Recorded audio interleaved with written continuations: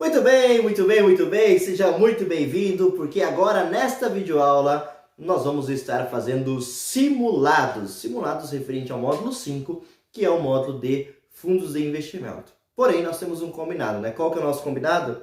É você travar o vídeo para você ler a questão.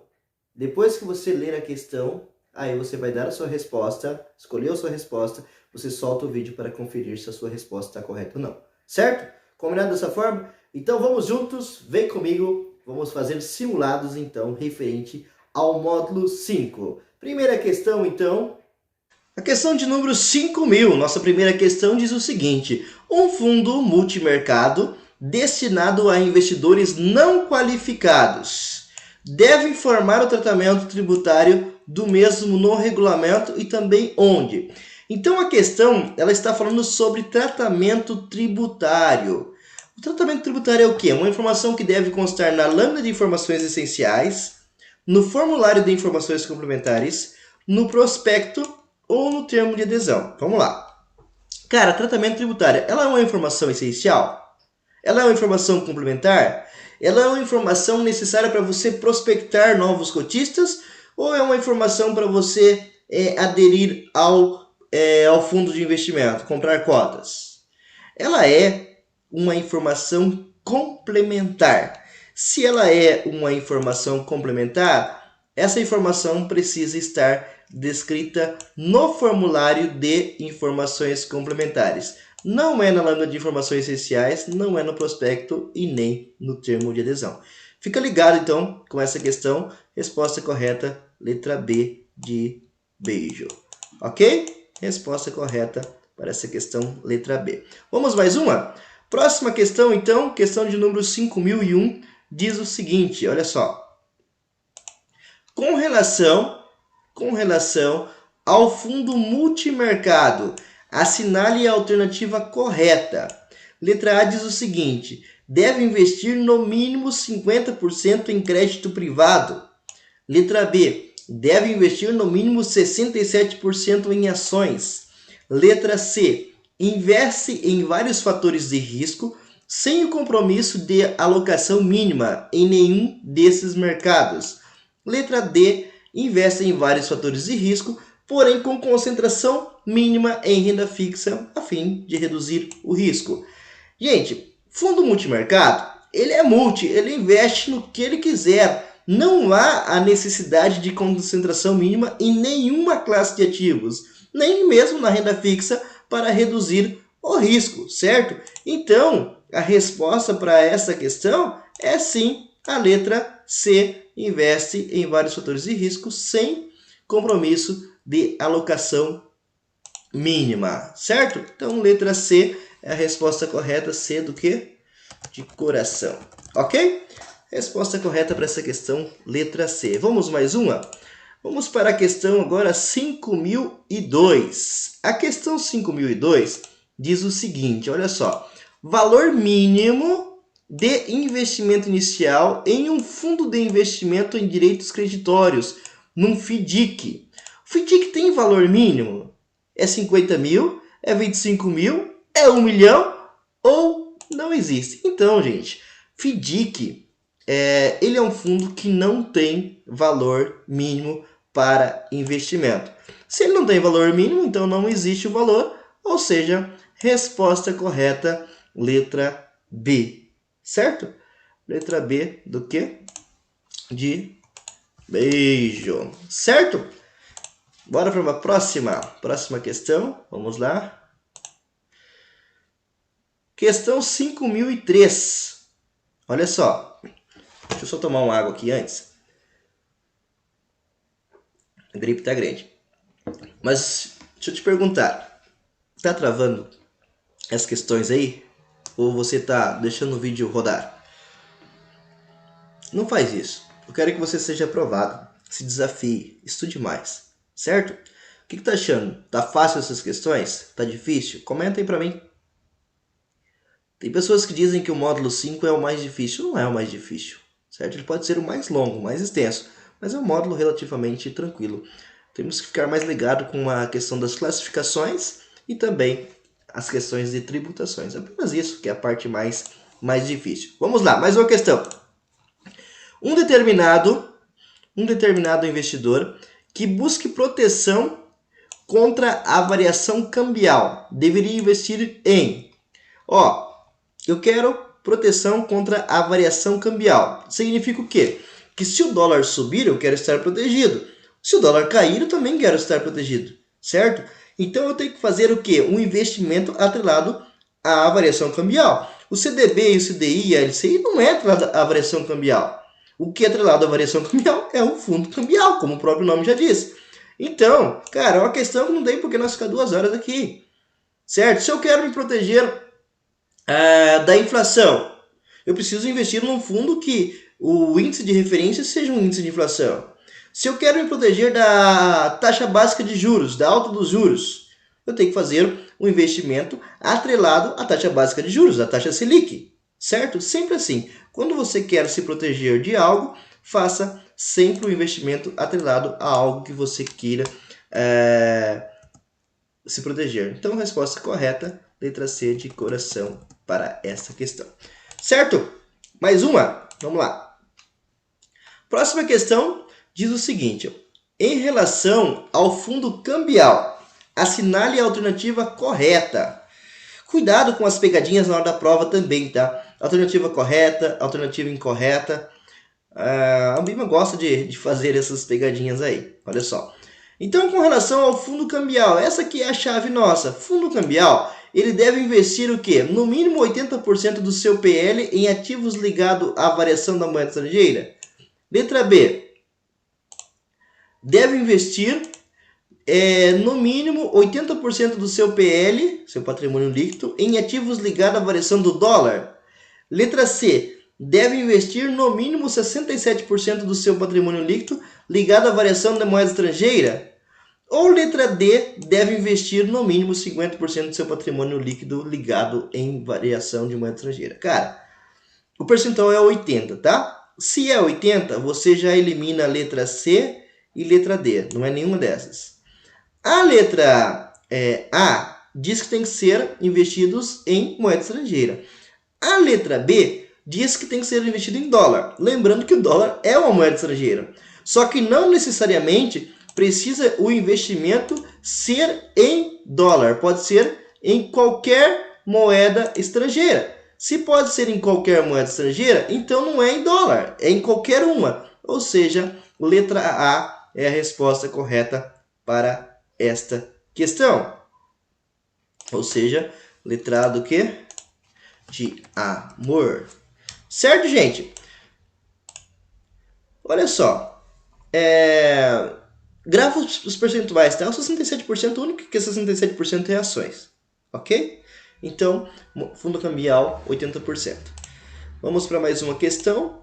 Questão de número 5005. Olha só, vamos ver o que diz essa questão. Em um fundo de renda fixa, onde ocorre um alto volume de resgate, o gestor deve comprar títulos com alta rentabilidade para cobrir esses resgates. Letra B. Comprar títulos no mercado financeiro de acordo com a política do fundo, respeitando o limite de risco e rentabilidade. Letra C. Vender ativos para honrar os resgates. Ou letra D. Fechar o fundo para novos aportes. Olha só, vamos analisar a questão. Você precisa conversar com a questão no momento que você está fazendo a sua prova. Então, olha só. É um fundo de renda fixa, onde ocorreu um alto volume de resgate. O que é volume de resgate? Resgate é as pessoas vendendo as cotas para pegar o dinheiro de volta. Ou seja, o fundo precisa ter dinheiro para honrar a solicitação de resgate dessas pessoas. Então, se ele precisa de dinheiro, ele precisa comprar mais ativos ou vender ativos? Cara, olha só, quando você está precisando de dinheiro na sua casa, você precisa comprar mais coisas ou vender o que você tem? Tá precisando pagar as continhas lá, tu vai fazer mais compra? Ou tu vai vender? Então, obviamente, você precisa vender. Você vende, você recebe. Então, nesse caso aqui, em um fundo onde tem um alto volume de resgate, ou seja, precisa de muita grana. Então, o gestor ele deve vender ativos para ele honrar os resgates. Não é comprar. Se ele comprar, vai ficar mais sem dinheiro ainda, certo? Então, por isso que a resposta para essa questão é a letra C. Ok? Letra C de coração. Sempre conversando com a questão, que fica mais fácil para vocês estarem compreendendo,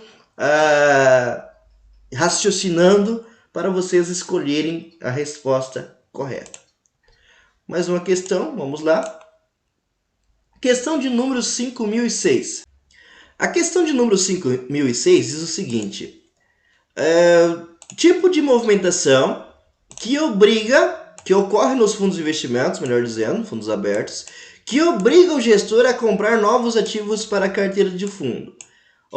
Solicitação de resgates e cotas, desvalorização dos ativos da carteira do fundo, valorização dos ativos da carteira do fundo ou novos aportes no fundo. Vamos lá, vamos analisar a questão. Ela está pedindo qual que é o tipo de movimentação que ocorre nos fundos de investimento que vai obrigar o gestor a comprar novos ativos para a carteira do fundo. Quando há uma solicitação de resgate, as pessoas estão solicitando resgate. Solicitando resgate é o quê? Vender cotas para pegar o dinheiro de volta. Então, nesse caso, ele não tem que comprar, ele tem que vender. Certo? Ele tem que vender para conseguir honrar esses compromissos do fundo. É igual na questão anterior nós estávamos falando. A letra B diz assim, desvalorização dos ativos da carteira. Desvalorizou, perdeu o valor. Certo? Então o fundo ficou com menos dinheiro, não teria que comprar novos ativos para a carteira do fundo. E também quando há uma valorização, certo? O fundo ficou com mais dinheiro, mas o que tinha ali que valorizou. Então não há necessidade de aquisição de novos ativos. Agora teve novos aportes. As pessoas investiram mais dinheiro. Esse dinheiro não pode ficar parado. Dinheiro parado não multiplica. Então, nesse caso, haverá a necessidade de adquirir novos ativos. Se é um fundo de ações, houve lá um aporte de R$1 milhão. Se R$1 milhão não pode ficar parado. O gestor vai precisar pegar esse R$1 milhão e comprar ações para o fundo. Fazer essas ações aqui render, ao multiplicar o patrimônio, fazer o dinheiro dos cotistas aumentar, certo? Então, o tipo de movimentação que obriga o gestor a comprar novos ativos é quando tem novos aportes. Tendo novos aportes, ele vai precisar investir esse dinheiro. Não vai poder deixar o dinheiro, ok? Então, novos aportes obriga o gestor a comprar novos ativos para o fundo de investimento, ok? Resposta correta, então, letra D. D do que, meu Deus? D de desejo. Certo? Próxima questão, vamos lá. Questão de número 5008 diz o seguinte. Um cotista de um fundo de renda fixa aberto irá pagar imposto de renda em um eventual resgate, quando ele resgata ele paga, e também nos meses de. Então, no fundo de renda fixa, tem o quê? Tem come-cotas, né? Então, quando que ele vai pagar o come-cotas? A letra A está dizendo que é no mês de maio e novembro, com alíquotas de 20% para longo prazo e 15% para curto prazo. Letra B.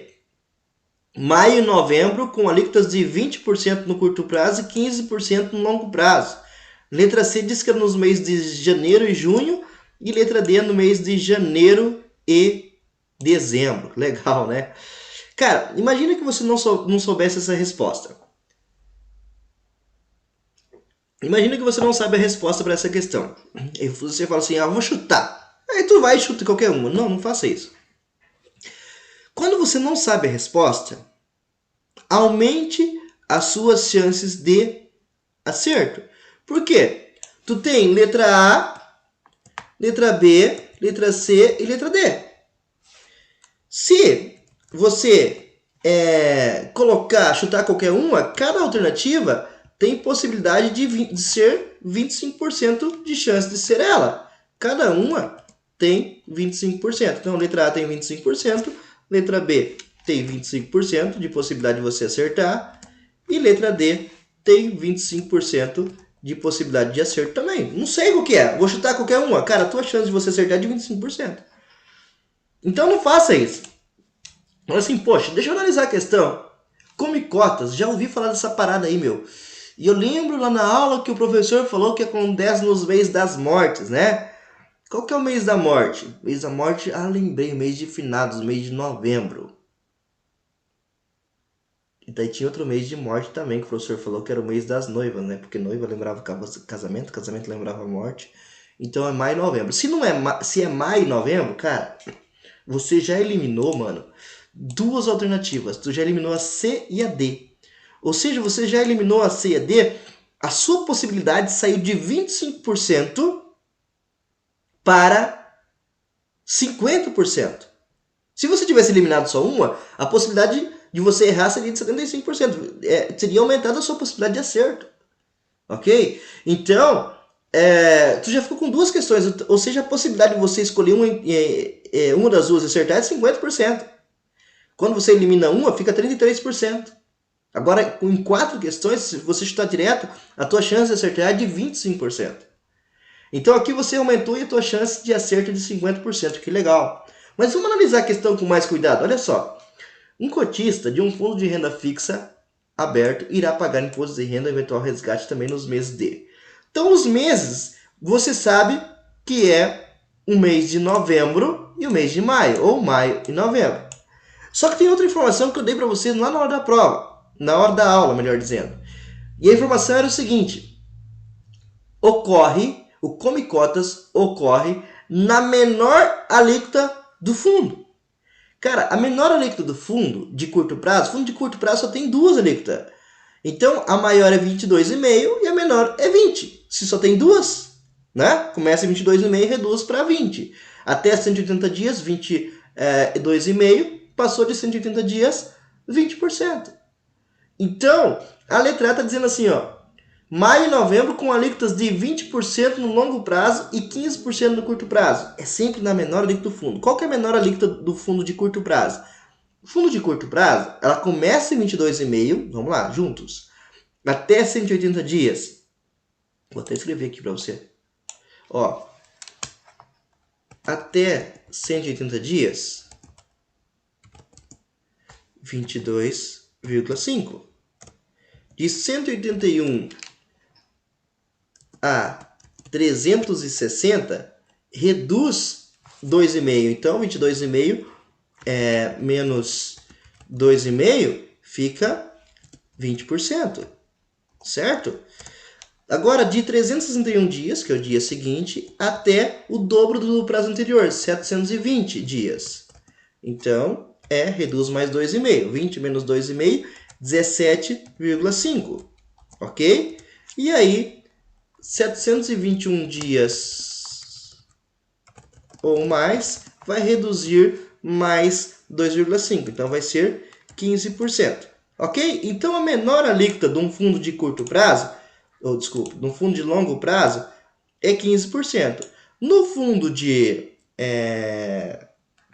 curto prazo, é 20%. Tá? Só tira essa informação aqui. Deixa eu até riscar ela aqui para vocês. Certo? O fundo de curto prazo tem só duas alíquotas, que é 22,5 e 20. Então, a menor no fundo de curto prazo é 20%. A menor no fundo de longo prazo, 15%. Certo? Então, a letra A está dizendo que com alíquotas de 20% longo prazo, não. Longo prazo é 15%. 20% é curto prazo. Certo? Então, a letra B é a resposta. Maio e novembro, com alíquotas de 20% para fundos de curto prazo e 15% para fundos de longo prazo. Viu como aumenta suas possibilidades de acerto? Letra B, a resposta correta para essa questão. Letra B do quê? De beijo. Certo? Não tem segredo. Come cotas ocorre 2 vezes por ano, mês de maio e novembro. Sempre na menor alíquota do fundo. A menor alíquota de um fundo de curto prazo é 20%, menor alíquota de um fundo de longo prazo é 15%. Por isso que é a letra B de beijo a resposta para essa questão. Vamos para mais uma? Questão de número 5009. A questão de número 5009 diz o seguinte, olha só. Responsável pelo recolhimento do imposto de renda nos fundos de ações. Cara, interessante essa questão. Letra A diz que é o próprio cotista através de DARF. Letra B diz que é o gestor do fundo. Letra C diz que é o administrador do fundo. E letra D diz que é o custodiante. As pessoas confundem essa questão com os investimentos em ações. Aqui é fundo de ações e não ações em si. Nas ações em si, quem é o responsável por recolher o imposto de renda, por pagar o imposto de renda, é o próprio investidor, certo? O próprio investidor, ele que é o responsável para pagar via DARF. Mas isso em ações. Em fundos de ações e em todos os outros fundos de investimentos, quem faz o pagamento do imposto de renda, o recolhimento do imposto de renda, não é o gestor e nem o custodiante, é o administrador do fundo. Sempre vai ser, nos casos de fundos de investimento, o administrador, o responsável pelo recolhimento, certo? No caso de come cotas, no caso de resgate normal também, ok? Então, para essa questão, resposta correta, letra C de coração. Ok? Moleza essa aqui. Vamos para mais uma. Questão de número 5010. Questão um pouquinho mais longa, né? Vamos ler com bastante calma aí para nós entendermos ela. Olha só. Seu cliente faz um aporte em um fundo de ações de um determinado banco. Ele o questiona sobre a tributação desse fundo. Vamos lá. Vamos pegar a chave da questão. É que tipo de fundo? É fundo de ações, tá? A letra A diz o seguinte: não possui IOF. Fundo de ações tem IOF? Não, fundo de ações não tem IOF. E o imposto de renda é cobrado somente no resgate a uma alíquota única de 15%. Gente, a alíquota do imposto de renda em fundo de ações é sempre 15%. E ele não tem IOF, certo? Não tem IOF, independente da quantidade de dias. Ah, professor, mas você não falou que até o 29º dia cobrava? A partir do 30º... Cara, é fundo de ações. Fundo de ações não tem IOF. E o imposto de renda é a alíquota única. Então é a letra A, mas vamos ver por que não é a letra B. A letra B está dizendo que não possui IOF, tá certo essa parte aqui, não possui mesmo. Está dizendo que o IR é cobrado somente no resgate alíquota única de 20. Não é 20, é 15. Por isso está errado, tá? A letra C está dizendo que não possui IOF. Verdade, não possui mesmo. E o IR é cobrado de forma antecipada, semestralmente, come cotas, e também no resgate, com alíquota de 15 a 20. Cara, fundo de ações não tem come cotas. Então, por isso que não é a letra C. A letra D está dizendo que possui IOF. Não possui. Fundo de ações não tem IOF. Nem se for até o 29º dia. E o IR é cobrado de forma antecipada semestralmente come cotas. Não tem come cotas também.